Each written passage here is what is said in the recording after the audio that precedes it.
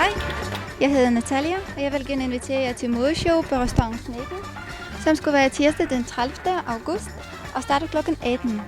Og det bliver alt i kunsttema. Det bliver kunstnerisk blomster, i tøj, mad og kunstnerisk dans, som Natasha var i går skulle danse.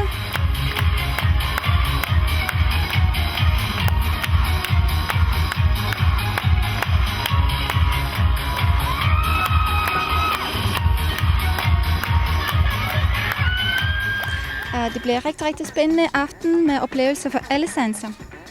Og jeg glæder mig rigtig meget til at se jer alle sammen. Selv jeg er fra Hvide Rusland, og jeg har boet i Danmark 12 år, og jeg er tøjdesigner. Og jeg har min egen firma, hvor jeg også arrangerer events.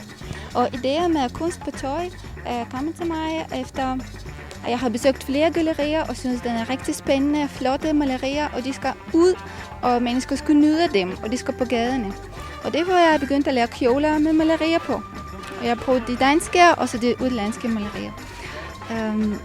Det bliver masser af spændende kjoler, I kunne sige til den aften. Det bliver også præsenteret undertøj og herretøj.